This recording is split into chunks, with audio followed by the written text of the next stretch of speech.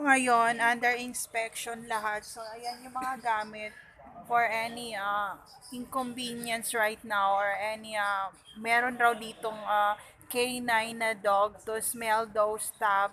So, ayan yung mangyayari ngayon. Shout out, taga saan po? Cagayan. Cagayan. Saan sa Cagayan?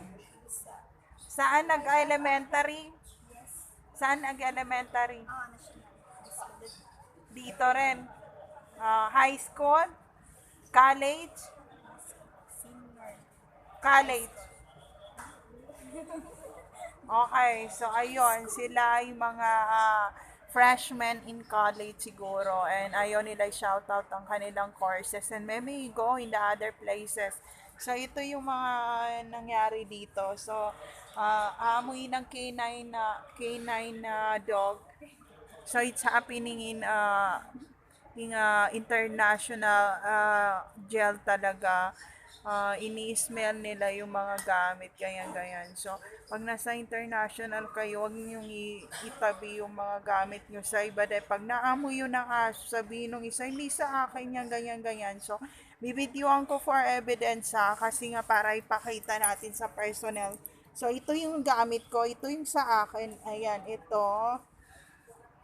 Tapos ito sa akin din to, sa akin to, para may ebidensya tayo sa akin to, sa akin to, sa akin yan, at syempre sa akin to. Ayan ang gagawin natin kasi if ever na dumating dito yung aso, to smell those gamit na yan, sasabihin ko sa personnel na ito yung gamit ko, ito yung gamit ko, kasi nagtabi-tabi yan baka naman meron pang undenial. So, yun, gusto ko lang ng cleared tayong lahat. So, ganun sa mga airport international. So, kapag kayo ay bago lang or wag nyong kunin yung gamit ng mga gamit na pasuyo kasi ganito ako, ganyan-ganyan. Wag gano'n kasi baka yung gamit na dinala ni ganito hindi pala sa inyo. So, yun ang kasi nung time na yun na bumaba ako sa airport talaga, there's pareho kami ng maleta doon talaga sa airport.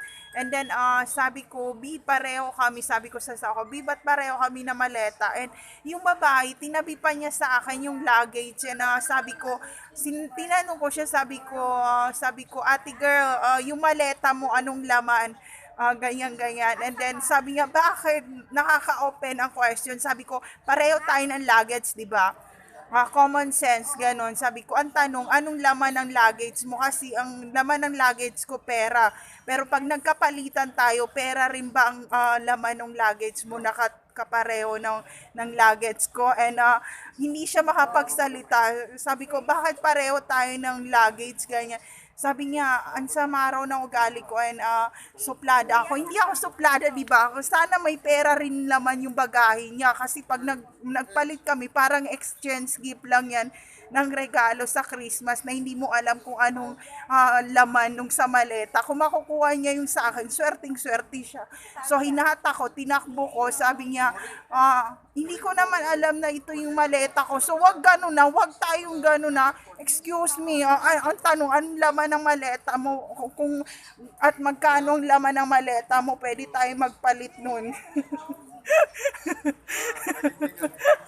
So, gano'n ang mga nangyayari. Alam mo yung, sabi mo, yehe, patay na si ganito. Pero hindi mo pala alam, nag-fake death lang pala sila. Na makikita mo 20 years ago, biglang buhay pa silang lahat. And parang pinagkaisa ng mundo. So,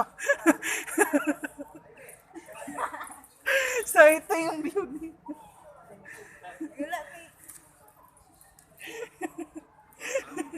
So, ayun, ginanon niya ng sabi nung nandoon sa airport. Yung karga ng maleta mo ay hindi normal. Sabi ko, may mga resibo ako.